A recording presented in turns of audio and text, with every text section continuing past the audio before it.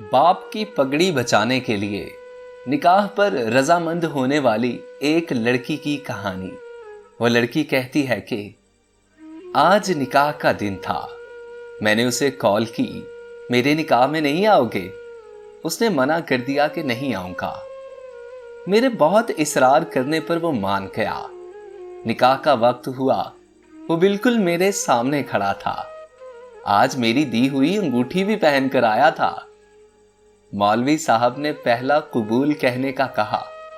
मैंने कांपती आवाज में कबूल है कहा और फौरन उसकी तरफ देखा।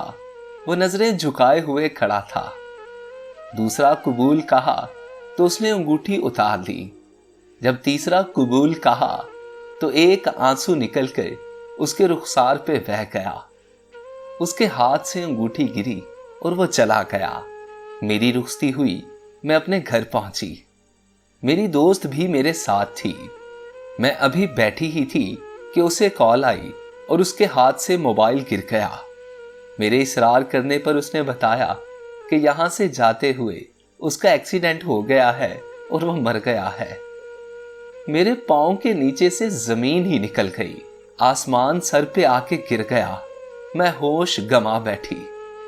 अचानक रोते हुए याद आया कि उसने कहा था कि अगर मैं तुम्हारे निकाह में आऊंगा तो मर जाऊंगा, लेकिन मेरे इसरार करने पर उसे आना पड़ा।